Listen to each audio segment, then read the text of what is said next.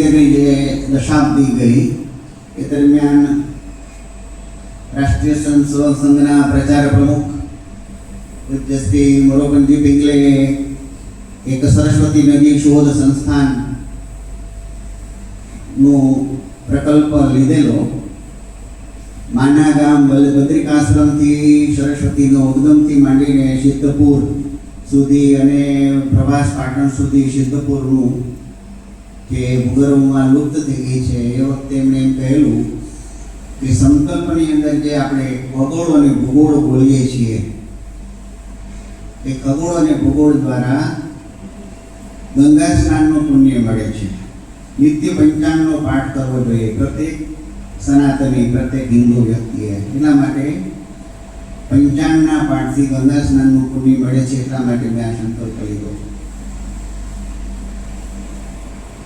જે સ્થાન ઉપર આપણે વિરાજમાન છીએ મયુરપુરી નગરી ભગવાન કુબેરનાથ મહાદેવ એ અમારા મોસાળ પક્ષના ઈષ્ટદેવ છે. સોમેશ્વર મહાદેવ, જડેશ્વર મહાદેવ, ભવનાથ મહાદેવ જૂનાગઢથી શરૂ કરીને સોમેશ્વર સુધી મહાદેવનું સ્મરણ કરીને મારી વાત શરૂ કરું છું.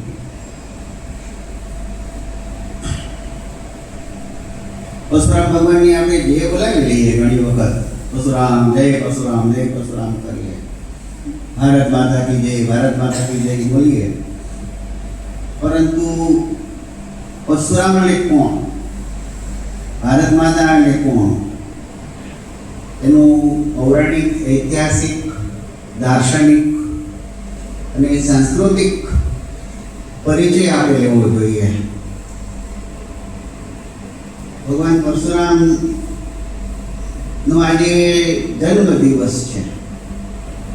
ભગવાન પરશુરામની મૃત્યુતિથિ નથી આવતી ક્યારે, કારણ કે ચિરંજીવી છે. અસ્વસ્થામાં બલિગ્રાસો હનુમંશ્ચ વિષ્ણુ કૃપઃ પરશુરામશ્ચ શક્તિતા ચિરંજીવીના. અત્યારે પણ વિદ્યમાન છે ભગવાન. એમ હનુમાનજીનું વિરાટ શરીર છે, શરીરનો બાંધો હનુમાનજીના ફોટામાં આપણે જોયો છે. એવું જ શરીર, એવું જ બાંધો એ ભગવાન પરશુરામનો છે અને મહેન્દ્ર પર્વત પર વિરાજમાન છે. આજે હું ઇતિહાસના અને પુરાણના વિદ્યાર્થી તરીકે સંશોધનમાં જેમ અનિલભાઈ કહ્યું મહેન્દ્ર પર્વત ક્યાં છે એ શોધી રહ્યો છું. કદાચ બદ્રીનાથ આજુબાજુ જે નરનારાયણ પહાડ છે, ત્યાં નીલકંઠ પહાડ છે, ત્યાં મહેન્દ્ર પર્વત છે કદાચ.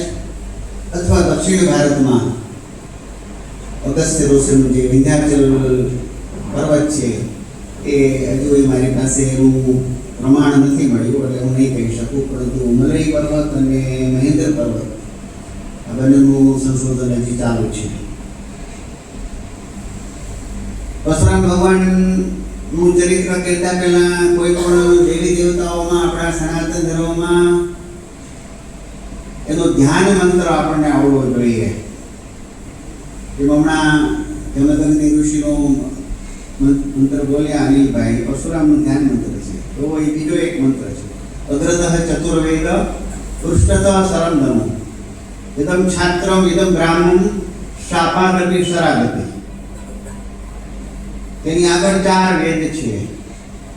અગ્રતઃ ચતુર્વેદ, પૃષ્ઠતઃ શરણધનુ, તેની પાછળ શરમ કહેતા બાણનો બાથો અને બાણ છે, અને ફરસુ છે, ધનુષ અને ફરસુ. અને એ બ્રાહ્મણ પણ છે અને ક્ષત્રિય પણ છે. તમને હમણાં હું એનો આખો જેનેટિક આખો ઇતિહાસ કહું છું. એવા બ્રહ્મ અને એવા ક્ષત્રિય ભગવાન પરશુરામની પ્રાર્થના કરીને એમના જીવન વિશે આપણે જાણવાનો થોડો પ્રયત્ન કરીએ. કોઈ પણ માણસને આપણે ઓળખવું હોય તો એમના પિતાજીથી આપણે ઓળખતા હોય છીએ. અનિલભાઈ એમણે મારા પિતાજીનું નામ સ્મરણ કર્યું, પ્રભુલાલભાઈ વિઠ્ઠલલાલભાઈ શુક્લ માતાને. કોઈ પણ માણસ એના પિતાજીથી ઓળખાય છે, કોઈ પણ માણસ. કારણ કે વંશ વૃક્ષનો હંમેશા આપણે અભ્યાસ કરવો જોઈએ. એને કારણે આપણે ત્યાં ગોત્રાવલી છે સનાતનમાં, દરેક વર્ણની ગોત્રાવલી છે. ક્ષત્રિયોના પણ ગોત્ર છે. જેમ ઝાલા કુટુંબ હોય તેના માર્કંડેય ગોત્ર છે, અત્રી ગોત્ર છે એ જાડેજાઓના છે. ભગવાન પરશુરામ એ અત્રી ગોત્રમાં થયા છે. શ્રીમદ ભાગવતના 9મ સ્કંદના 14મા અને 15મા અધ્યાયમાં પરશુરામ ચરિત્ર આવે છે. પરશુરામ ભગવાનનો જન્મ કેવી રીતે કયા વંશમાં ક્યારે થયો, આમ તો સતયુગની વાત છે. સૌથી આદિ તત્વ પ્રભુ પરમેશ્વર, જેને આપણે કહીએ છીએ પદ્મનાભ. તમે ક્યારેક દક્ષિણ ભારતની યાત્રામાં ગયા હશો, તિરુવનંતપુરમ, તો ત્યાં પદ્મનાભ ભગવાન છે, સુતેલા ભગવાન છે. એમના નાભી કમળમાંથી બ્રહ્માજીનું પ્રાગટ્ય થયું છે. અને પદ્મનાભ પણ કહે છે, નલિનનાભ કહે છે. બ્રહ્માજી ચતુર્મુખી છે. તો આ ભગવાન પ્રભુ પરમેશ્વર જે નારાયણ છે એ સહસ્ત્ર ફેણ શેષનાગ ઉપર સૂતેલા છે. એ બ્રહ્માજીના જે દીકરા છે, આંખમાંથી જન્મેલા અત્રિ ઋષિ, સપ્તર્ષિઓમાં બહુ મોટા ઋષિ છે. અને આ બધી ઋષિ પરંપરામાં ઋષિ પત્નીઓ પણ છે સાથે. અત્રિ અનસૂયાના જે દીકરા છે ચંદ્ર, અત્રિના મિત્રમાંથી ઉત્પન્ન થયા છે. બ્રહ્માજીએ બ્રાહ્મણો, ઔષધિઓ અને નક્ષત્રોના 27 ગુણોના પતિ તરીકે ચંદ્રને સ્થાપેલા. ચંદ્રએ 3 જગત જીતીને રાજસૂય યજ્ઞ કર્યો, લઈને ગર્વ આવી ગયો.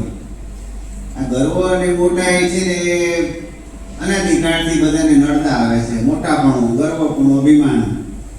એ બૃહસ્પતિની સ્ત્રી તારાને બળાત્કારે હરણ કરી, તેને કારણે દેવ દાનવ યુદ્ધ થયેલું. શુક્રાચાર્ય અને મહાદેવનું યુદ્ધ થયેલું. મહાદેવ છે એમણે અંગિરા પાસેથી વિદ્યા પ્રાપ્ત કરેલી. અંગિરાના દીકરા અંગિરસ અને એ વંશની અંદર બૃહસ્પતિ આવ્યા. તો બૃહસ્પતિ, ઇન્દ્ર એ બધાની સાથે મહાદેવ રહ્યા, અને સામે શુક્રાચાર્ય, દૈત્ય ગુરુ. બ્રહ્માજીએ ચંદ્રનો તિરસ્કાર કર્યો. પછી યુદ્ધ પૂરું થયા પછી એક તારા છે એ બૃહસ્પતિને અપાઈ. એ વખતે તારાવતી છે ગર્ભવતી હતા. એને ગર્ભમાંથી ત્યાગ કર્યો એટલે કુમાર ચંદ્રનો જન્મ થયો. એનું નામ બુધ. બુદ્ધિશાળી હતા, જે બુદ્ધ વારા પણ આવે છે. ગંભીર બુદ્ધિ હોવાથી બુદ્ધની ઈલા નામની સ્ત્રીમાં પુરુરવા નામે રાજા થયો. અને ઉર્વશી સાથે પુરુરવા અને ઉર્વશીના વંશની અંદર આગળ ચંદ્ર વંશ થયો છે. ઉર્વશીનું સ્થાન છે એ બદ્રીનાથ છે. બદ્રી વિશાળ જાઓ તમે તો ત્યાં ઋષિનું મંદિર છે. અને એ ઉર્વશી ની ઉપાસના જે વ્યક્તિ કરે, કોઈ પુરુષ, કોઈ યુવાનના લગ્ન ન થતા હોય, કન્યા ન મળતી હોય, ત્યારે બધા સમસ્યાઓ છે. આપણા બ્રાહ્મણોમાં તો વધારે સમસ્યા છે. હિન્દુ સમાજ માત્રમાં સમસ્યા છે કન્યાઓની. તો ઉર્વશીની ઉપાસના કરે એ ઋગ્વેદના 10મા મંડળના 95મા સૂક્ત પ્રમાણે અને શતપથ બ્રાહ્મણ પ્રમાણે ઉર્વશી દેવીની ઉપાસનાથી કોઈ યુવાનને કન્યા ન મળતી હોય તો કન્યા મળી જાય છે, એવો ઉલ્લેખ છે. ઉર્વશીના મંત્ર ધ્યાનથી આ અગ્નિ પેદા થયો છે. અગ્નિ મોટા દેવ છે, સૂર્ય પછીના. અગ્નિના જે દીકરા છે અર્યમા, અર્યમા અને પિતૃઓના રાજા, એમાંથી પિતૃલોક આખો ઉત્પન્ન થયો છે. પરંતુ ઉર્વશીના મંત્રથી ખીજડી અને પીપળાના અરણી મંથનથી અગ્નિ પેદા થયો, જેનું નામ જાતવેદસ છે. એ વાત આપણે આગળ ત્યાં અટકાવી દઈએ. આગળ ત્રેતાયુગના પ્રારંભની અંદર પુરુરવાથી માંડીને 3 વેદ ઉત્પન્ન થયા. પુરુરવા અને ઉર્વશીના 6 પુત્રો હતા. આયુષ, સત્યયુગ, રવિ, વિજય અને જય. એમાં શતાયુ ના વસુમાન, અને પછી કુશના કુશાંબુ, અને કુશાંબુના દીકરા ગાધી રાજા. ગાંધીરાજાનું નામ આપે કદાચ સાંભળ્યું હશે વિશ્વામિત્રના ચરિત્રમાં. ગાંધીરાજાના એક દીકરા વિશ્વામિત્ર થયા. ગાંધીરાજાની એક કન્યા હતી સત્યવતી. એ સત્યવતી પછી પાછળ જતા કૌશિકી નદી બને છે. કૌશિકી નદી ઉત્તરાખંડમાં વહે છે આજે પણ. કૌશિકી ઉત્તરાંચલ. ગાંધીરાજાના વિજય, ભીમ, કાંચન, હોત્રક અને જન્નુ રાજા. જન્નુ જે ગંગાજી ને કોગળા કરીને પી ગયા હતા, એ જન્નુ રાજાના પુરુના બલાક, બલાકના અજક અને કુશ. આ આખો વંશવેલો જે ચાલે છે એમાં સત્યવતી ની રુચિ ઋષિએ માગ્યા ગાંધીરાજા પાસે. ગાંધીરાજાને ઈચ્છા નહોતી દેવાની કન્યા ઋષિને, કે જમાનાના જે ઋષિઓ છે એ બધા તપસ્વી હતા, સિદ્ધ હતા, પરંતુ વૈભવી જીવન નહોતું. એટલે એને વરુણો પાસેથી ઘોડા, ગાંધીરાજાએ ઘોડા માંગ્યા એની પાસે 1000 ઘોડા આપો. એવા ઘોડા કે જેના કાન કાળા હોય અને ચંદ્ર જેવા ધોળા હોય. એટલે ઋષિ વરુણ પાસે ગયા, વરુણ ભગવાન આપ્યા. એટલે પછી એના લગ્ન થયા. પત્ની સત્યવતી અને એના માતાજી બંને એમ કેવું કે સંતાન માટે તમે અમને કંઈક યજ્ઞ કરાવો. એટલે એની માટે ચરુ બનાવે છે. ચરુમાં રાત્રે અદલ બદલ કરી લે છે સાસુ અને પુત્ર વધુ. સત્યવતીનો જે ચરુ છે એ માતાજી લે છે. એટલે રુચિ ઋષિ કહે છે કે આ તમે બહુ ખોટું કર્યું. સત્યવતીનો દીકરો મહાભયંકર જમદગ્નિ.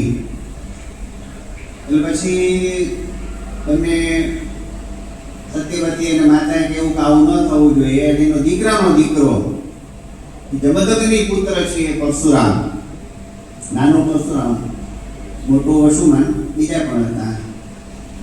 અને એના જે બા હતા, જે એમના સાસુ હતા, એનો જે દીકરો થયો એ બ્રહ્મવિદ્યા વિશ્વામિત્ર થયા. આ બધા ઋષિઓ આજે પણ વિદ્યમાન છે. આજની તારીખના પંચાંગ પ્રમાણે એની સૂક્ષ્મ સત્તાથી હાજર છે. એમને બોલાવવામાં આવે મંત્રથી તો વિશ્વામિત્ર પણ આવે, પરશુરામ પણ આવે, જમદગ્નિ પણ આવે. જમદગ્નિના લગ્ન રેણુકા સાથે થયેલા. એ રેણુની પુત્રી હતા અને એના દીકરા પરશુરામ.